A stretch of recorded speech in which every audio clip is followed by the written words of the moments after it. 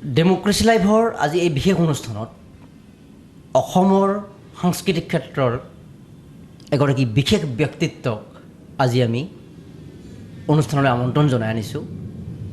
তেওঁ ইতিমধ্যে তেওঁৰ সাংস্কৃতিক অৱদানেৰে, সাংস্কৃতিক তেওঁৰ কৰ্মৰাজিৰে, নিজৰ প্ৰতিভাৰে আৰু নিজৰ প্ৰতিভা 10গৰাকীৰ মাজত বিয়পাই দি ইতিমধ্যে অসমৰ সাংস্কৃতিক জগতক ধন্য কৰিছে। বহুতৰে তেওঁৰ নামৰ সৈতে পৰিচিতি আছে, তেওঁৰ কামৰ সৈতে আপোনালোকৰ চিনা পৰিচয় আছে। আৰু তেওঁ হ'ল ভানু ডেকা চহৰীয়া। তেওঁৰ নামৰ পিছৰ বিশেষণ বহু কথা আমাৰ এই সাক্ষাৎকাৰত আজি অৱগত কৰাবলৈ প্ৰয়াস কৰিম। অনুগ্ৰহ কৰি আমাৰ এই সাক্ষাৎকাৰ আপুনি শেষলৈকে চাই থাকিব। বাইদেউ আপোনাক স্বাগতম জনাইছোঁ। নমস্কাৰ, মই ডেম'ক্ৰেচি লাইফলৈ মই নমস্কাৰ জনাইছোঁ গোটেই অসমবাসীলৈ। ডেম'ক্ৰেচি লাইফৰ জৰিয়তে এটা জাতিৰ অস্তিত্বৰ যিটো পৰিচয়, এই জাতিৰ অস্তিত্বৰ পৰিচয় নিহিত হৈ থাকে সেই জাতিটোৱে পালন কৰিবলগীয়া কিছুমান কাম কাজৰ মাজত। তাৰ ভিতৰত আমাৰ যিখিনি নিজস্ব সংস্কৃতি, যে যি থলুৱা সংস্কৃতি বা নিজস্ব সংস্কৃতিৰ যিটো চৰ্চা, আজি যিটো সত্ৰীয়া নৃত্য বা আমাৰ তেনেকুৱা কিছুমান উপাদান আছে, যিবিলাক উপাদানৰ আমি চৰ্চাৰ জৰিয়তে জাতিটোক আমি এটা সমৃদ্ধশালী দিশৰ বিষয়ে লৈ যাব পাৰোঁ। জনপ্ৰিয় গীত, জনপ্ৰিয় নৃত্য এইবিলাক থাকিব, কিন্তু যিটোক আমি প্ৰকৃত ব্যাকৰণ জড়িত হৈ থকা বুলি কওঁ, সেইটো হ'ল আমাৰ সত্ৰীয়া নৃত্য। আৰু এই সত্ৰীয়া নৃত্য আপুনি দীৰ্ঘদিন ধৰি চৰ্চা কৰি আহিছে। প্ৰথমতে আপোনাক আমি কৃতজ্ঞতা ধন্যবাদ জনাইছোঁ যে আপুনি আপোনাৰ জীৱনৰ অমূল্য সময় এই চৰ্চাত ৰাখি আপুনি অসমক ধন্য কৰিছে। এই নৃত্যৰ পৰা আপুনি কি পালে? মই অসমীয়া সংস্কৃতি, থলুৱা সংস্কৃতি চৰ্চা কৰি আহিছোঁ। মই সৰুৰে পৰা নৃত্যৰ লগত জড়িত হৈ আছোঁ। মই হয়তো চাকৰি কৰিব পাৰিলোঁ হয়, কিন্তু মোৰ নিজৰ জীৱনৰ লক্ষ্য আছিল মই নিজকে এজনী নৃত্যশিল্পী হিচাপে প্ৰতিষ্ঠিত কৰা আৰু সমাজৰ কাৰণে কাম কৰা। সেয়েহে মই একদম সৰুৰ পৰা নৃত্য চৰ্চা কৰিছোঁ। বিভিন্ন প্ৰতিযোগিতাত মই পুৰস্কৃত হৈছোঁ। পিছত মোৰ বিয়া হ'ল এছাৰডি পৰিয়ালত। মোৰ শহুৰ প্ৰয়াত সুনন্দৰাম ডেকাই তেওঁক মোক খুব সুন্দৰভাৱে অনুমতি দিলে এই নৃত্য চৰ্চা কৰিবলৈ। বাকী সময়ত মই সত্ৰীয়া নৃত্যৰ চৰ্চা কৰি এতিয়া মই ইউথ ক্লাব সংগীত মহাবিদ্যালয়ত নৃত্য শাখাৰ জৰিয়তে বহুত ল'ৰা ছোৱালী, বহুত নতুন প্ৰজন্মক মই আগুৱাই নিবলৈ চেষ্টা কৰিছোঁ।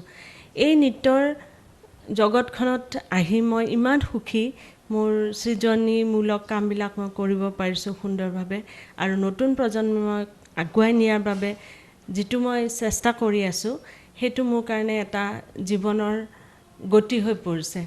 আৰু লগতে মই গাঁও অঞ্চলত নৃত্যৰ বিষয়ত ল'ৰা ছোৱালীক শিকাবলৈ আগুৱাই গৈছোঁ। কলাই গাঁও, দলগাঁও, তাৰপিছত চমুৱাপাৰা এইবিলাক ঠাইলৈ গৈছোঁ। অতি সুন্দৰভাৱে গাঁৱৰ ছোৱালীবিলাকেও আহি পেলাই সত্ৰীয়া নৃত্যৰ প্ৰশিক্ষণ লৈছে। লগতে বাকী থলুৱা নৃত্য গীতবিলাকৰো আমাৰ চৰ্চা হৈ আছে ইয়াতে। গতিকে মই এই ৰাস্তাত, এই যাত্ৰাত সফল হ'ম বুলি ভাবিছোঁ।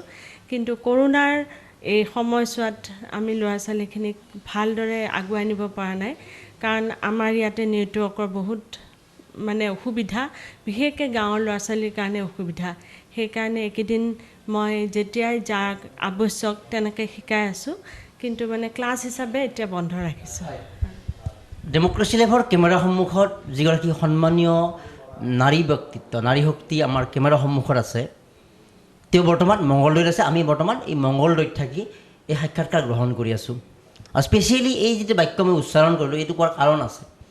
যিমানখিনি আমি সত্ৰীয়া হওক বা সংগীতৰ হওক বিখ্যাত শিল্পী বুলি কোৱা হয়, বা আমি বিখ্যাত নৃত্যানুষ্ঠান বুলি কোৱা হয়, মহানগৰ কেন্দ্ৰিক।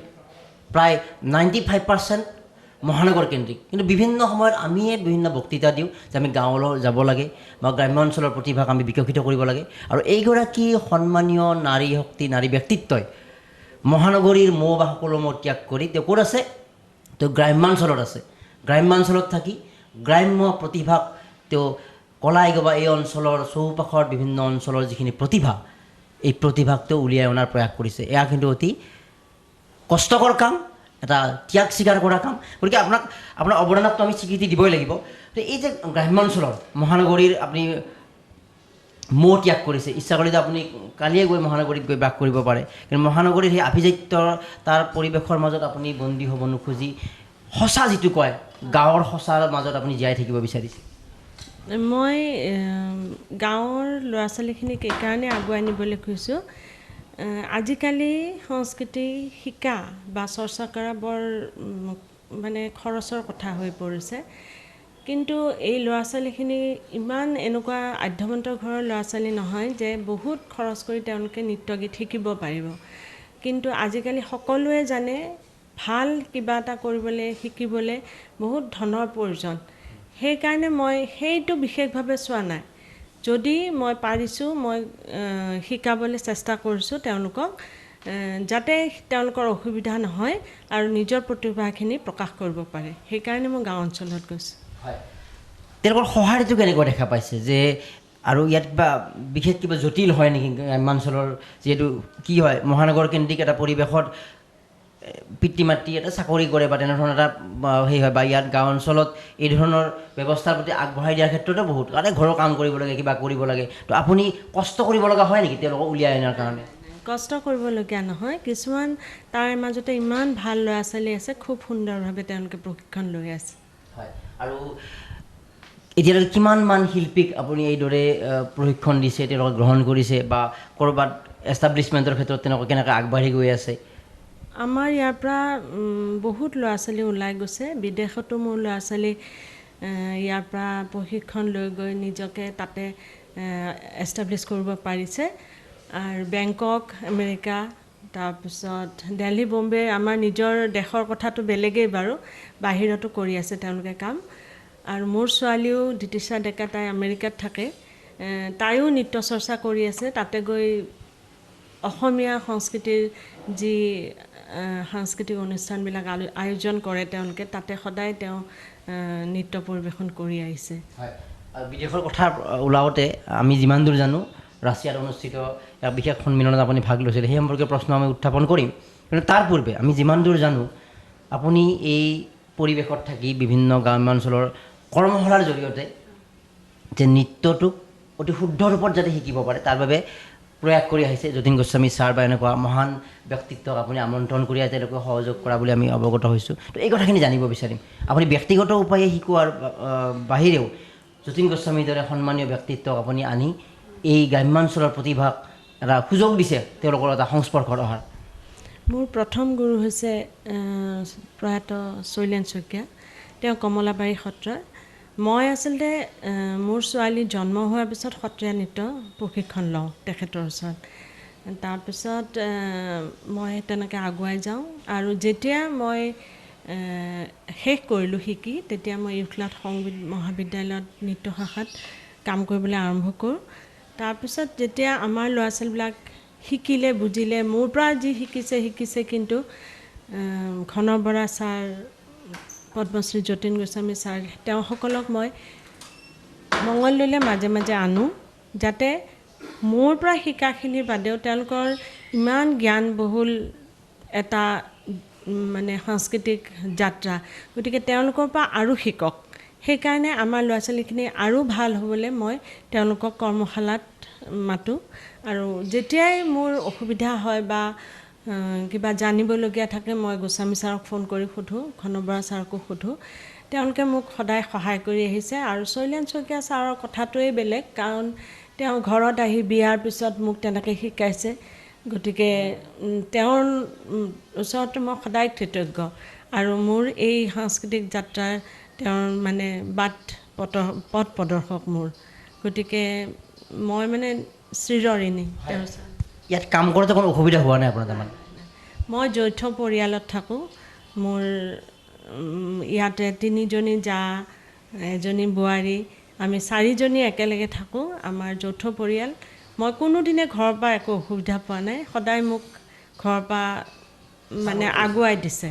ইমান এটা বৰ ডাঙৰ কথা ক'লে আপুনি, কাৰণ আপোনাৰ নৃত্যশিল্পৰ আমি ইমান ডিটেইল যিহেতু আমি ষ্টাডিত নাছিলে, বৈবাহিক বান্ধোনত প্ৰৱেশ কৰাৰ পিছত আপোনাৰ সন্তান জন্ম হ'ল, তাৰপিছত আপুনি সত্ৰীয়া নৃত্য শিকিছে, এইটো অতি ডাঙৰ কথা। এইটো য'ত বিবাহ বান্ধোনৰ সময় পৰাৰ পিছত সকলো ত্যাগ কৰে, আপুনি তাত আৰম্ভ কৰিছে, আপুনি আৰু এটা আদৰ্শৰ কাম কৰিছে।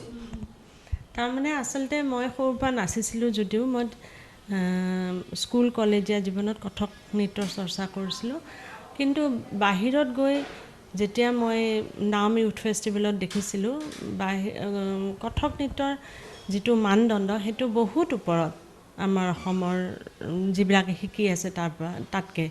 তাৰপিছত মই ভাবিলোঁ অসমীয়া সংস্কৃতিৰ কিবা চৰ্চা কৰিলে হয়তো মোৰ বেছি লাভ হ'ব। সেইকাৰণে মই সত্ৰীয়া নৃত্যৰ ফালে আহিলোঁ আৰু লগতে বিয়াৰ পিছত মই মোৰ শহুৰ দেউতাৰ অনুমতি লৈ মই আকৌ আৰম্ভ কৰিলোঁ। অনুমতিটো দিব, কিন্তু আপোনাৰ যিটো শক্তিটো কেনেকৈ আহৰণ কৰে, ইচ্ছাটো? কাৰণ বহুতে এটা সাংসাৰিক বান্ধোনত সোমাই পৰাৰ পিছত বিভিন্ন চিন্তা, বিভিন্ন পৰিৱেশৰ বিদেশ ঘূৰিব লাগে, কিবা ঘূৰিব লাগে, ফুৰিব লাগে, এইবোৰত তো আপুনি সাংসাৰিক বান্ধোনত সোমাই পৰাৰ পিছত আৰু এটা ষ্টুডেণ্ট লাইফ আৰম্ভ কৰিছে। মই এই কাৰণে কথাটো কৈছোঁ, আমাৰ বহুতে এৰি দিয়ে, হ'ব আৰু মোৰ বয়স নাই বা মোৰ সময় নাই। কিন্তু আপোনাৰ এই কথাৰ পৰা ময়ে নিজে ইনস্পায়াৰ হৈছোঁ, বা বহুত আজি ইনস্পায়াৰ হ'ব এই ভিডিঅ' যি চাই আহিব, যে শিক্ষা আৰম্ভণি কৰাৰ কেতিয়াও অৱসৰ নাথাকে, যিকোনো বয়সত আপুনি শিক্ষা আৰম্ভ কৰিব পাৰে। আচলতে মই যৌথ পৰিয়ালত থাকোঁ যিহেতু মই প্ৰথমতে ফেমিলিটো চাইছিলোঁ, মোৰ পৰিয়ালটো যাতে অসন্তুষ্ট নহয় সেইটো ভাবি মই গোটেইখিনি কাম কৰি মই মোৰ নিজৰ সময়খিনি উলিয়াই লৈছিলোঁ।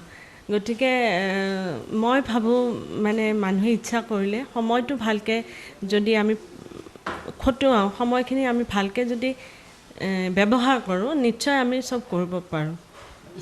হয় হয়, ইচ্ছা শক্তি থাকিব লাগিব আৰু নিজে অলপ মানে নিজে নিজৰ চিন্তাটো কৰিব লাগিব, আৰু লোকে যাতে বেয়া নাপায় সেইটো অলপ চিন্তা কৰিলে আগুৱাই যাব একদম পাৰি। আৰু অতি সুন্দৰ কথা কৈছে যে ইচ্ছা শক্তি থাকিলে কোনো বয়সৰ সংখ্যাই আমাক শিক্ষাৰ আৰম্ভণি কৰাৰ ক্ষেত্ৰত, কামৰ আৰম্ভণি কৰাৰ ক্ষেত্ৰত, জীৱনৰ এই সংগ্ৰামী পথত আগুৱাই যোৱাৰ ক্ষেত্ৰত কোনো কথাই বাধা হ'ব নোৱাৰে। কিন্তু নিজৰ যিখিনি সামাজিক নীতি নিয়ম, যি আমাৰ জীৱনৰ নীতি নিয়ম, আমাৰ ব্যক্তিগত যিটো আমাৰ চৌপাশৰ পৰিৱেশৰ মাজত থাকে, সেই পৰিৱেশটোক আমি সন্মান জনাই আগবাঢ়ি যাব পাৰিলে আমি কিন্তু যিকোনো বয়সত যিকোনো সময়ত শিক্ষা লাভ কৰি আগুৱাই যাব পাৰোঁ। গতিকে গুৰুত্বপূৰ্ণ কথা। আমি সামৰণলৈ আহিম, তাৰ পূৰ্বে আৰু দুটামান প্ৰশ্ন আছে। কিন্তু যিহেতু আপুনি ইতিমধ্যে বিদেশত, ৰাছিয়াত আপোনাৰ নৃত্য পৰিৱেশন কৰিছে, গতিকে সেই কথাটো কোৱাৰ লগে লগে সকলোৱে বুজি পাব যে বিদেশত পাৰফৰ্মেঞ্চ কৰিবলগীয়া বা তাৰ বাবে নিৰ্বাচিত হ'বলগীয়া এগৰাকী শিল্পী, এই কথাটো ক'লেই আচলতে আপোনাৰ গোটেই শিল্প জীৱনৰ গোটেই কথাখিনি ওলাই পৰে। কিন্তু সেইটো প্ৰশ্ন প্ৰথমতে কৈ থ'লে আমাৰ সাক্ষাৎকাৰ ৰখাল নহ'ব, অলপ পিছলৈকে থ'লোঁ। এই ৰাছিয়াৰ কেনেকৈ নিৰ্বাচিত হ'ল, কি পাৰফৰ্ম কৰিলে, তাত গৈ অসমীয়া সংস্কৃতি যেতিয়া পাৰফৰ্ম কৰিছে, তেওঁলোকে নিশ্চয় অসমীয়া নৃত্যৰ লগত পৰিচিতি নহয়, কি বুজিছে তেওঁলোকে, বুজি উঠি আপোনাক কি কৈছে, নৃত্য পৰিৱেশন কৰাৰ পিছত প্ৰশংসা কেনেদৰে পাইছে, এই গোটেই কথাখিনি অকণমান যদি অৱগত কৰে, আমাৰ অসমীয়া সংস্কৃতিয়ে বাহিৰত কেনেদৰে সমাদৰ পায়, এই কথাখিনি আমি অৱগত হওঁ। মই 2005 চনত ৰাছিয়ালৈ গৈছিলোঁ, এটা ভাৰতীয় দলৰ লগত গৈছিলোঁ। তাতে days of Indian culture in ৰাছিয়াৰ যিটো অনুষ্ঠান সেইটো হৈছিলে, তাৰ লগত আৰু ৰবিশংকৰ আৰু বহুত মহান মহান শিল্পী আমাৰ লগত গৈছিলে। আমি তাতে বিহুৰ কাৰণে গৈছিলোঁ। তাতে মানে সেই ভাৰতীয় দলটোত বিভিন্ন ঠাইৰ যিবিলাক লোকনৃত্য বা যিবিলাক শাস্ত্ৰীয় নৃত্য সেইবিলাক লগ লগাই তেওঁলোকে এটা ৰংগৰাজ বুলি মানে অনুষ্ঠান কৰিছিলে। ইণ্ডিয়ান ফ'ক আৰু ক্লাছিকেল দুইটা। তাতে আমি একেলগে গৈছিলোঁ। মানে তাতে আমাৰ 3খন ঠাইত হৈছিলে অনুষ্ঠান। বিহু বুলিলে মানুহে খুব ভাল পায় তাতে, অতি মানে মানুহৰ আগ্ৰহ, মানে বিহু যেতিয়া হয় তেতিয়া মানে তেওঁলোকেও নাচিব ধৰে আৰু মানে থিয় হৈ হাত চাপৰিব যায়। তেতিয়াই বুজি পাইছিলোঁ যে বিহু কিমান মানে ভাল পায় বিদেশত। তেনেকৈ মই জাৰ্মানীত গৈছোঁ, তাৰপিছত মই ICCৰ পৰা ভূটানত অনুষ্ঠান পৰিৱেশন কৰিছোঁ। যোৱা বছৰ আগৰ বছৰ মই US-ত জোনাকী নামৰ অসমীয়া সমাজ এখনে মোক মাতিছিলে, তাতে মই সত্ৰীয়া নৃত্য পৰিৱেশন কৰিছোঁ কেলিফৰ্ণিয়াত। আপুনি যেতিয়া পাৰফৰ্ম কৰি থকা সময়ততো হাত চাপৰি বজাই অৱগত হ'লোঁ, যেতিয়া আপুনি পাৰফৰ্ম কৰি ষ্টেজৰ পৰা নামি আহে, কেনে আপোনাক সুধে নে যে এইটো কি বস্তু, কি কথা বতৰা, বা তেওঁলোকে কি কয় যে আমি বহুত ভাল পাইছোঁ, বুজি পোৱা নাই কিন্তু ভাল পাইছোঁ, তেওঁলোকৰ ৰিয়েকশ্যনখিনি অকণমান বিতংকৈ কওকচোন আপুনি। তেওঁলোকে খুব ভাল পায়, তেওঁলোকেও চেষ্টা কৰে নাচিবলৈ, খুব এনজয় কৰে আচলতে। আৰু মই মানে কেলিফৰ্ণিয়াত যেতিয়া মই বিহুৰ অনুষ্ঠান আছিলে, তাতে যেতিয়া মই অনুষ্ঠান পৰিৱেশন কৰিছোঁ, মই এটা কথাত আচৰিত হ'লোঁ, অসমীয়া যিবিলাক তাতে আছে প্ৰবাসী, তাতে তেওঁলোকে ইমান সুন্দৰভাৱে সত্ৰীয়া নৃত্যৰ চৰ্চা কৰিছে, মই নিজে আচৰিত হৈ গৈছোঁ। মাটি আখৰা নাচিছে, চালি নৃত্য কৰিছে, অতি সুন্দৰ। তাৰমানে অসমীয়া যিখিনি মানুহ তাতে বিদেশত আছে, তেওঁলোকে অসমীয়া সংস্কৃতিৰ প্ৰতি ইমান শ্ৰদ্ধা, মোৰ আচৰিত লাগিছে। তেওঁলোকে তাতে থাকি তাৰে ইয়াৰ পৰা কিছুমান ছোৱালী বিয়া হৈ গৈছে, তাতে আকৌ চৰ্চা কৰিছে, নতুন প্ৰজন্মক সেইবিলাক শিক্ষা দিছে, দেখি খুব ভাল লাগিল। মই আচৰিত হৈ গৈছোঁ, মানে ইমান ভাল লাগিছে যে অসমীয়া সংস্কৃতিক এতিয়াও অসমীয়া যিবিলাক বিদেশত আছে তেওঁলোকে ধুনীয়াকৈ ৰাখিছে। হয়তো ইয়াত থকা অসমীয়া কিছুমানেই বুজিব পৰা নাই এইখিনি কথা। সেই অনুষ্ঠানবিলাকতো নন আছামিজ, নন ইণ্ডিয়ান অডিয়েঞ্চো আছিলে। আছিলে বিদেশী চাহাব কিছুমান আছিলে, ভাৰতীয় অন্য দেশৰ অন্য ঠাইৰ মানুহ আছিলে, দিল্লী বম্বেৰ। চবেই ইমান মানে তাতে প্ৰশংসা কৰিছে আমাক, লগতে তেওঁলোককো মই প্ৰশংসা কৰিছোঁ যাতে মানে ইমান সুন্দৰভাৱে তেওঁলোকে অসমীয়া সংস্কৃতিৰ চৰ্চা কৰিছে। সেইকাৰণে গাঁৱৰ পৰা আপোনাৰ যদি এই গ্ল'বেল যাত্ৰা বা সেই পাৰফৰ্ম কৰি থকা সময়ত আপুনি নিজে কিমান গৌৰৱবোধ কৰিছিলে যে আজি মই যে গাঁও অঞ্চলত বা এনেকুৱা প্ৰতিভা উলিয়াই অনাৰ প্ৰয়াস কৰিছোঁ, আজি মই এনেকুৱা গ্ল'বেল এখন মঞ্চত মই পাৰফৰ্ম কৰিছোঁ, আপোনাৰ নিজৰ কিমান এটা উৎসাহৰ কাৰণ আছিলে? মই কেতিয়াও ভবা নাছিলোঁ, যেতিয়া মই নৃত্য চৰ্চা বিয়াৰ পিছত আকৌ আৰম্ভ কৰিছোঁ, মই ভাবিছিলোঁ বিয়াৰ পিছত মোৰ বন্ধ হৈ যাব। কিন্তু মোৰ মা ভাগ্যৱতী চহৰীয়া, তেওঁ ঢুকাইছে এতিয়া, তেওঁ মোক সদায় কয় তই এইবিলাক এৰিবি নেকি? কিন্তু মই মানে সেইখিনি কথা শুনি সদায় মই অনুভৱ কৰোঁ যে মোৰ বন্ধ হৈ যাব নেকি। তেতিয়া মোৰ সৰু দাদা কমলাকান্ত চহৰীয়াই মোক মানে সদায় কয়, বৌয়েও কয় যে আৰম্ভ কৰা, তুমি দেউতাক সোধা যে হেৰি দিলে দিব, নিদিলেও নাই, কিন্তু চেষ্টাটো কৰা। তেতিয়া মই আৰম্ভ কৰিলোঁ আৰু আকৌ। আৰু মই কিন্তু ভবা নাছিলোঁ যে বিদেশত মই কোনোবা দিনা অনুষ্ঠান পৰিৱেশন কৰিব পাৰিম। সেইটো ভগৱানৰ কৃপা, মোৰ হয়তো চেষ্টা, এইখিনিৰ কাৰণে মই পাইছোঁ। আৰু ঘৰখনেও মোক সুবিধাখিনি দিছে, সেইকাৰণে হয়তো হৈছে। হয়, আমাৰ সেইকাৰণে আমি আজি আপোনাৰ এই কথাখিনি জনাবলৈ পাই আমি যথেষ্ট উৎসাহী। আৰু বাৰে বাৰে এটা কথাকে প্ৰশংসা কৰিব বিচাৰিছোঁ যে আপুনি মহানগৰীৰ আভিজাত্যতাৰ এটা যিটো ছবি এখন দাঙি ধৰিব নিবিচাৰি সঁচা কাম কৰিছে, যিটো সঁচা কাম কৰাটো অতি জটিল, ত্যাগ কৰিছে। ইয়াৰ বাবে আপুনি গ্ৰাম্যাঞ্চলৰ প্ৰতিভা উলিয়াই আনিছে। তো আপোনাক আমি তাৰ বাবে বাৰে বাৰে ধন্যবাদ দি থাকিম, সাক্ষাৎকাৰ শেষ হোৱালৈকে বা আগন্তুক সময়তো। এতিয়া আৰু কি ভাবিছে আপুনি, কেনেকৈ এই প্ৰক্ৰিয়াটো গ্ৰাম্যাঞ্চলত এতিয়ালৈকে কিমান বিস্তাৰ কৰিব পাৰা বুলি এটা আত্মবিশ্বাস হৈছে, বা আকৌ কিমান বিস্তাৰ কৰিব বাকী আছে এই গ্ৰাম্যাঞ্চলত? আমাৰ মঙলদৈ প্ৰায়খিনি গাঁৱৰ ল'ৰা ছোৱালী ইউথ ক্লাব সংগীত মহাবিদ্যালয় আহে, তাতে গাঁৱৰ ল'ৰা ছোৱালী বহুত আছে। আৰু ময়ো সোমাই গৈছোঁ গাঁৱলৈ, কাৰণ কিছুমান ল'ৰা ছোৱালীৰ যাতায়াতৰ বহুত অসুবিধা, সেইকাৰণে মই আচলতে সোমাইছোঁ। তেওঁলোকেও সুন্দৰভাৱে এইবিলাক লৈছে। আৰু এতিয়া এনেকুৱা হৈ গৈছে, গাঁৱৰ ছোৱালী বা চহৰৰ ছোৱালীৰ একো প্ৰভেদ নাই, গুণ য'তে ত'তেই থাকিব পাৰে। আৰু আমি সেইখিনি উলিয়াব পাৰিলে আমাৰ কৃতকাৰ্যতা হোৱা বুলি মই ভাবিম। কাৰণ এই ক্ষেত্ৰত কাম কৰি আছোঁ যেতিয়া, মই জীৱনভৰ এইটোৰ ওপৰতে কাম কৰিম।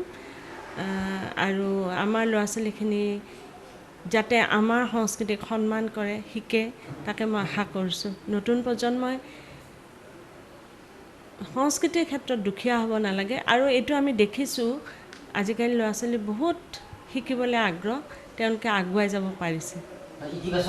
হয় হয়, আগতে সত্ৰীয়া নৃত্য বুলি ক'লে বহুতেই ইমান আগ্ৰহ দেখুওৱা নাছিল, হয়তো ড্ৰেছ পাতিৰ কাৰণে, নহয়তো বহুত লাহে লাহে হোৱা নৃত্য অনুষ্ঠান কাৰণে হয়তো হ'ব পাৰে।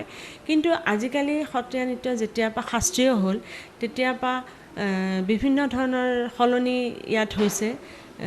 মানে মঞ্চসুলভ যিটো সুন্দৰতা সেইটো আহিছে ড্ৰেছ পাতিৰ যিটো আমাৰ অসমীয়া সাজ পোছাক তাকে আমি পাটৰ বা মুগাৰ পিন্ধি আমি নৃত্য কৰোঁ গতিকে সেইফালৰ পৰাও সুন্দৰ হৈছে তাৰ লগত অভিনয় আধুনিক হোৱা নাই আমাৰ কিছুমান বস্তু দৃষ্টিনন্দন হ'বৰ কাৰণে হয়তো অলপ আমি চেষ্টা কৰিছোঁ অভিনয়ত অলপ সুন্দৰ বস্তু ভৰোৱা হৈছে কিন্তু কম্প্ৰমাইজ নহয় সেইটো আমি ভেটিটো এৰি দিয়া নাই যিটো অৰিজিন সত্ৰীয়া নৃত্যৰ ভেটি সেইটো তাৰ পৰা আমি বাহিৰলৈ ওলাই অহা নাই কাৰণ অসমত সত্ৰীয়া নৃত্য একে হৈ থাকিব লাগিব কাৰণ এইটো আজি মই বেলেগকৈ কৰিছোঁ বা বেলেগ এজনে বেলেগকৈ কৰিছে তেতিয়া আমাৰ যিটো সংস্কৃতি সেইটোত আমাৰ ক্ষতি হ'ব আমাৰ শংকৰদেৱৰ যি অমূল্য ৰত্ন সেয়া নাথাকিব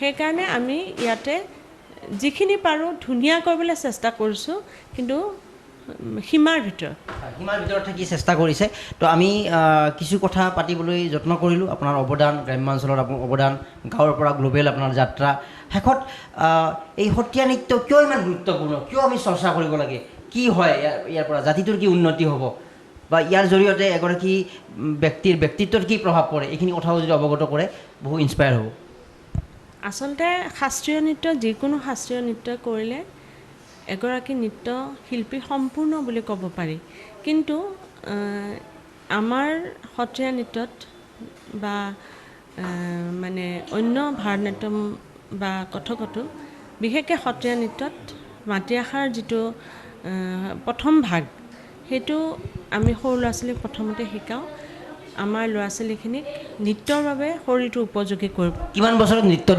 দিবৰ বাবে উপযোগী হয় এগৰাকী 5-6 বছৰৰ ভিতৰত তেওঁলোক আহে আৰু তেতিয়া তাৰমানে তেওঁলোক শাৰীৰিকভাৱে একদম সুঠাম হৈ উঠে সেই এক্সাৰচাইজখিনি কৰিলে সেই ব্যায়ামখিনি কৰিলে শংকৰদেৱৰ যি সৃষ্টি মানে কথাৰে একো বুজাব নোৱাৰি তেওঁৰ যি প্ৰতিভা আমি চুব নোৱাৰোঁ কিন্তু আমি চেষ্টা কৰিব পাৰোঁ তাৰপৰি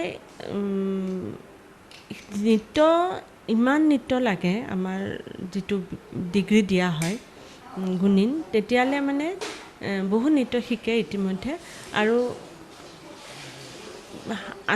মানে অন্তৰৰ পৰা তেওঁলোক এটা শিল্পী হৈ ওলায় আৰু কিন্তু সেই শেষৰ সময়লৈ কিন্তু হয়তো বহুত কম ছোৱালী আহে গুণিনৰ সময়লৈ বহুত ল'ৰা ছোৱালী ইতিমধ্যে এৰি দিয়ে বহুতে ক্লাছ 9-10লৈকে শিকিব আৰম্ভ কৰে যেতিয়া মেট্ৰিক আহে বিয়াৰ পিছততো মইতো যিমান দেখিছোঁ 80% বন্ধ কৰি দিয়ে আপুনি এইটো সেইকাৰণে আদৰ্শ আপোনাক সেইকাৰণে মই অধিক গুৰুত্ব দিছোঁ যে বিয়াৰ পিছত আপুনি আগতে শিকাই নহয় নতুনকৈ শিকিছে আপুনি তো সেইকাৰণে আমি কৈছোঁ যে আমি বাৰে বাৰে এই কথাটো কৈ আছোঁ যে এটা শিল্পগুণ ঐশ্বৰিকভাৱে মানুহে লাভ কৰে যে বৈবাহিক বান্ধন বা সাংসাৰিক বান্ধন বা কিছুমান সমস্যাৰ বাবে আমি কেতিয়াও পৰাস্ত হ'ব নালাগে গতিকে সমস্যা আহিব পাৰে বা কিমান পৰিৱেশ আহিব পাৰে কিন্তু আমাৰ শিল্পগুণ আমি চৰ্চা অব্যাহত ৰাখিব তেতিয়ালৈ বহুত কম ছোৱালী হৈ যায় ডিগ্ৰী কৰাৰ সময়ত কিন্তু আচলতে এৰিব নালাগে কাৰণ অলপ কষ্ট কৰিলে কৰিব পাৰি আচলতে সেইটো একো টান কাম নহয় হয় ঠিক আছে আৰু এই যিগৰাকী ব্যক্তিত্বৰ আজি কথা পাতি আছোঁ আপোনালোকে জানে ৰিপ'জ অসমৰ বিখ্যাত খাদ্য সম্ভাৰৰ যি প্ৰতিষ্ঠান বিভিন্ন সুস্বাদু খাদ্যৰ কথা জানে সেই SRD গ্ৰুপৰ সন্মানীয় বোৱাৰী হিচাপেও তাৰ বিশেষ পৰিচিতি আছে আৰু এক মুৰব্বী পদতো আছে গতিকে এই SRD গ্ৰুপৰ কথাও কাৰণ আপোনালোকে যিটো এটা ইমেজ সৃষ্টি কৰিছে ৰিপ'জৰ জৰিয়তে সেইটোতো আৰু ক'ব নালাগে সকলোৱে জানে ৰিপ'জ বুলি ক'লে গতিকে সেই তেনেকুৱা এটা পৰিয়ালৰ বোৱাৰী ব্যৱসায়িকটো বিভিন্ন ক্ষেত্ৰত ব্যৱসায় থাকে কিন্তু এই ৰাইজক আজি সন্তুষ্টি দিছে আপোনালোকে ৰিপ'জ ব্ৰেণ্ডৰ জৰিয়তে SRD গ্ৰুপৰ জৰিয়তে বা এই এটা সন্মানীয় এটা পৰিয়াল সেই সন্মানীয় পৰিয়ালৰ এটা আপুনি অংশীদাৰ কিমান গৌৰৱবোধ কৰে কথাবিলাক আচলতে মোৰ শহুৰ সুনন্দাৰাম ডেকাই 1931 চনত ৰিপ'জ আৰম্ভ কৰিছিলে তেওঁৰ জীৱনটো অতি কষ্টকৰ আছিল মই শুনিছোঁ মানে মানুহৰ ঘৰতো হেনো কাম কৰিছিল বনোৱা ল'ৰা হিচাপে সেইকাৰণে বহুত বেয়া লাগে কেতিয়াবা কিন্তু তেওঁৰ যি আদৰ্শ বা মোৰ শাহু সুমিত্ৰা ডেকাৰ যি আদৰ্শ তেওঁলোক দুয়োজনকে মই বিয়াৰ পিছত পাইছোঁ আচলতে আমাৰ ঘৰখন ট্ৰেইনিং স্কুলৰ নিচিনা মানে ইমান ভাল লাগে যেতিয়া বিয়া হৈ আহোঁ শাহু তৰকাৰী কাটিবলৈ বহে আমাকো মাতে তৰকাৰী কাটিবলৈ মাছ কাটিবলৈ তেতিয়া ভাবোঁ ইছৰাম এইবিলাক কাম কৰিবলৈ ইমান আমনি লাগে বেয়া লাগে কিন্তু এতিয়া বুজি পাইছোঁ কি শিকিলোঁ আমি মানে সেইবিলাক যে বহুত দৰকাৰী জীৱনৰ এটা কথা এতিয়া অনুভৱ কৰোঁ মায়ে আমাক মা দেউতাই বহুত ভাল শিক্ষা দি থৈ গ'ল ঘৰখন ইমান ধুনীয়াকৈ বনাই থৈ গৈছে মানে দুখো লাগে ভাবিলে তেওঁলোক নাই এতিয়া কিন্তু এওঁলোকৰ প্ৰত্যেকজন ল'ৰাই ইমান কষ্ট কৰে আৰু বোৱাৰীকেইজনীও তেনেকুৱাই আমাৰ মাজত বহুত মিল আমি খুব ভালকৈ থাকোঁ ইজনে সিজনৰ দুখত দুখী সুখৰ সমভাগী সেইটো খুব ভাল লাগে আমাৰ ঘৰত দায়বদ্ধতাও আপোনালোকে ৰাখি আহিছে আৰু ইমান এনেকুৱা এটা পৰিৱেশ থকাৰ পিছত গ্ৰাছৰুটৰ লগত সম্পৰ্ক আপোনালোকে এৰাই দিয়া হয় আমাৰ ইয়াতে পিছফালে খেতি বাতি আছে গৰুৰ ফাৰ্ম এখন আছে ডাঙৰ দাদা এওঁলোকে নিজে সেইবিলাক চাই পৰামৰ্শ দিয়ে যিবিলাক মানুহ আছে কাম কৰিবলৈ মই এটাই শিকিছোঁ ইয়াতে বিয়া হৈ যে কামক শ্ৰদ্ধা কৰিব লাগে আৰু কাম কৰিব লাগে এইটো মই এইখন ঘৰত বিয়া হৈ মই খুব ভালকৈ শিকিছোঁ আৰু সামাজিকভাৱে সংযোগটো কেনেকুৱা সাধাৰণতে যেতিয়া এখন সমাজত এই ষ্ট্ৰ'কেট ফেমিলি থাকে বাকী বহুত মানুহে এটা হীনমন্যতাত ভোগে এটা ইনফেৰিয়ৰিটি কমপ্লেক্সত ভোগে অলপ আঁতৰত থাকে সেই ইনফেৰিয়ৰিটি কমপ্লেক্স দূৰ কৰিবৰ কাৰণে আপোনালোকে নিজে আগবাঢ়ি যায়নে সেই সাধাৰণ মানুহখিনিৰ মাজত আপোনালোকৰ যিটো সংযোগটো কেনেকৈ মেইনটেইন কৰে যাতে তেওঁলোকেও আপোনাক নিজৰ মানুহ বুলি ওচৰৰ মানুহ বুলি ভাবে আমাৰ ঘৰত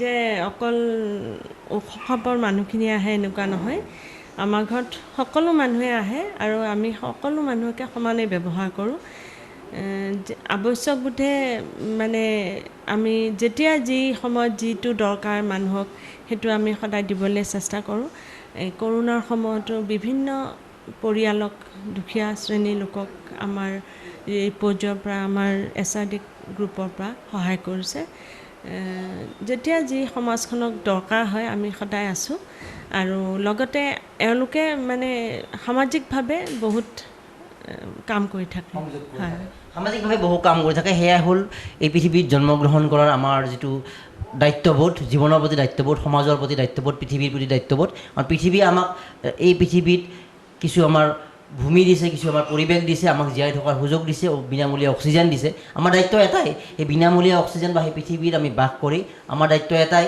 যাতে আমি আমাৰ চৌপাশৰ মানুহখিনিক বা চৌপাশৰ পৰিৱেশত আমাৰ উপস্থিতিৰে কাকো আমি অসন্তুষ্ট কৰিব নালাগে আৰু SRD গ্ৰুপৰ সন্মানীয় বোৱাৰী আৰু তাতকৈতো নিজস্ব পৰিচয়ৰে ইতিমধ্যে বিদ্যমান ভানু ডেকা চহৰীয়া সকলোৱে জানে সত্ৰীয়া সংস্কৃতিৰ অন্যতম এগৰাকী বিশিষ্ট সাধক বিশিষ্ট তেওঁ গৱেষক হিচাপেও কাম কৰি আছে শিক্ষা দি আহিছে বিদেশতো সুনাম অৰ্জন কৰিছে গতিকে এই কথাবিলাকৰ পৰা আমি বুজিব পাৰোঁ যে শিল্প সংস্কৃতি চৰ্চাৰ জৰিয়তে এগৰাকী ব্যক্তিৰ যিটো মনৰ চিন্তাৰ বিশালতা ই বিশাল হৈ গৈ থাকে আৰু ভানু ডেকা চহৰীয়াই সেই বিশালতাক অন্য এক ৰূপ দিছে আমি সাক্ষাৎ কৰা সামৰণি আকৌ সেই একেটা প্ৰশংসা কৰিম যে মহানগৰীৰ আভাজিত্য বা তেনেধৰণৰ কঠোৰতা নাভাবি গ্ৰাম্যাঞ্চলৰ প্ৰতিভা উলিয়াই অনাৰ যিটো এক কষ্টকৰ কাম ত্যাগ স্বীকাৰ কৰি তেওঁ আগবাঢ়ি গৈ আছে গতিকে আমি ডেমক্ৰেচি লাইফ পৰিয়ালৰ তৰফৰ পৰা আমি তেওঁৰ আৰু অধিক উজ্জ্বল হওক এই কামনা কৰিছোঁ তেওঁৰ সংস্পৰ্শত থাকি তেওঁৰ সংযোগত থাকি আৰু বহু গ্ৰাম্যাঞ্চলৰ প্ৰতিভা বিকশিত হওক অসমক এই সাংস্কৃতিক মানচিত্ৰত এই গ্ৰাম্যাঞ্চলে এক বিশেষ ভূমিকা পালন কৰক এই আশা কৰিছোঁ আৰু তেওঁৰ এই নৃত্যৰ যাত্ৰা সাংস্কৃতিক যাত্ৰা সমগ্ৰ বিশ্বত বিভিন্ন প্ৰান্তত আগন্তুক সময়ত বিয়পি পৰক তাকে কামনা কৰিছোঁ আৰু আমাৰ সাক্ষাৎ কৰা সামৰণি মাৰিছোঁ আৰু শেষত ডেমক্ৰেচি লাইফক আপুনি আশীৰ্বাদমূলক কিবা ক'ব নেকি আজি ডেমক্ৰেচি লাইফলৈ আহি মই খুব ভাল লাগিল লগতে মই গোটেই মানে ডেমক্ৰেচি লাইফক মই কৃতজ্ঞতা জনাইছোঁ ধন্যবাদ জনাইছোঁ আৰু অসমবাসীক মই নমস্কাৰ জনাইছোঁ ধন্যবাদ আমি অনুষ্ঠানৰ পৰা বিদায় লৈছোঁ পৰৱৰ্তী সময়ত আন এগৰাকী সন্মানীয় ব্যক্তিত্বৰ সৈতে আন এক অনুষ্ঠানত মিলিত হ'ম তেতিয়ালৈকে মই মৰম কুমাৰে বিদায় লৈছোঁ ধন্যবাদ Welcome to Anandaram Borua Academy Degree College, Patsala, Borpeta, Assam, affiliated to Boruland University. ARBA Degree College is a well-known prestigious academic institution where you can make your ambitions a reality. With a range of undergraduate BA, BSc and postgraduate MA, MSc courses in physics, chemistry, botany, zoology, English, Assamese education and political science. Admission is going on. To know more about the courses and admission procedure, please visit our website www.arba.in or call us on 94351 23646 and 6000163376 and 99540 39329 and 9954770328.